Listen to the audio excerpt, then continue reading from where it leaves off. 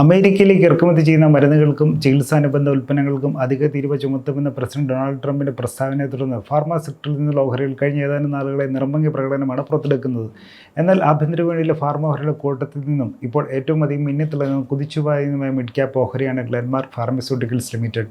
എന്തുകൊണ്ടാണ് Glenmark pharma ഓഹരി ഇന്ന് ട്രെൻഡിങ്ങായി മാറിയതെന്നും പുതിയതായി സംഭവിച്ച അനുകൂല ഘടകം എങ്ങനെയാണ് കമ്പനിയുടെ ഭാവി വളർച്ചയിൽ സ്വാധീനിക്കാൻ പോകുന്നതെന്ന് വിശദമായി നോക്കാം. ആദ്യം എന്താണ് കമ്പനിക്ക് സംഭവിച്ചത്? ഗ്ലെൻമാർക്ക് ഫാർമയുടെ കീഴിൽ പൂർണ്ണ ഉടമസ്ഥതയിലുള്ള സ്റ്റെപ്പ് ഡൗൺ സബ്സിഡറി കമ്പനിയായ ഇഗ്നോസിക് ഗ്ലെൻമാർക്ക് ഇന്നൊവേഷൻ വിറ്റുവരവിൻ്റെ അടിസ്ഥാനത്തിൽ യുഎസിലെ ഏറ്റവും വലിയ 5 ഫാർമ കമ്പനികളുടെ കൂട്ടത്തിൽ ഇടം പിടിച്ചിട്ടുള്ള അബ്വിയിൽ നിന്നും പ്രതീക്ഷിച്ചാലും വലിയ കരാർ ലഭിച്ചതാണ് ഓഹരിയുടെ കുതിപ്പിന് പിൻബലമേകുന്നത്. IGAയുടെ ഗവേഷണ വിഭാഗം വികസിപ്പിക്കുന്ന ISB 2001 എന്ന ക്യാൻസർ രോഗത്തിനുള്ള മരുന്ന് വടക്കേ അമേരിക്കയിലും യൂറോപ്പിലും ജപ്പാനിലും ചൈനയിലും വിപണനം ചെയ്യുന്നതിനുള്ള ലൈസൻസ് നേടുന്നതിനായി $700 മില്യൺ ഏകദേശം 6000 കോടി രൂപയാണ് ഇപ്പോൾ നൽകാൻ പോകുന്നത്. ഭാവിയിൽ ഈ ലൈസൻസിലൂടെ $1.22 ബില്യൺ ഏകദേശം 11500 കോടി രൂപ വരെ ഗ്ലെൻമാർക്ക് ഫാർമയുടെ ഉപകമ്പനിയെ തേടിയെത്താനുള്ള സാധ്യതയുമുണ്ട്. എന്തായാലും ഒരു ഇന്ത്യൻ ഫാർമ കമ്പനിക്ക് മരുന്ന് വിപണനം ചെയ്യാനുള്ള ലൈസൻസ് അനുവദിച്ച് നൽകിയ വകയിൽ ലഭിക്കുന്ന ഏറ്റവും വലിയ പ്രതിഫല തുകയാണിത്.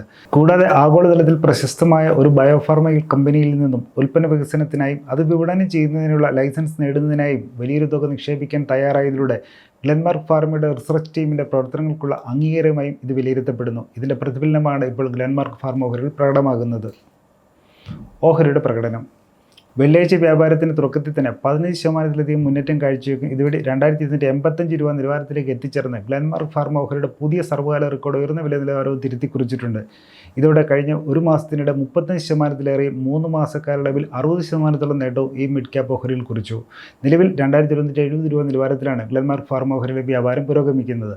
അതേസമയം കമ്പനിയുടെ 46% ഓഹരി വിധമാണ് പ്രൊമോട്ടർ ഗ്രൂപ്പിൻ്റെ കൈവശമുള്ളത്. കഴിഞ്ഞ 2 വർഷത്തിനിടെ ആഭ്യന്തര നിക്ഷേപ സ്ഥാപനങ്ങൾ അഥവാ DII ഓഹരി പങ്കാളിത്തം 9.1% നിന്നും 14.6% വർദ്ധിപ്പിച്ചിട്ടുണ്ട്. ഇക്കാലയളവിൽ വിദേശ നിക്ഷേപ സ്ഥാപനങ്ങളുടെ FII കൈവശമുള്ള ഓഹരി വിഹിതം 23% തുടരുകയുമാണ്. ചുരുക്കത്തിൽ ഗ്ലെൻമാർക്ക് ഫാർമ ഓഹരിയിലെ സമീപകാല മുന്നേറ്റത്തിൻ്റെ ഗുണഫലം റീറ്റെയിൽ നിക്ഷേപകരെക്കാൾ ഇൻസ്റ്റിറ്റ്യൂഷണൽ ഇൻവെസ്റ്റേഴ്സ് അഥവാ സ്ഥാപന നിക്ഷേപകരെ തേടിയാണ് എത്തിയിരിക്കുന്നതെന്ന് സാരം.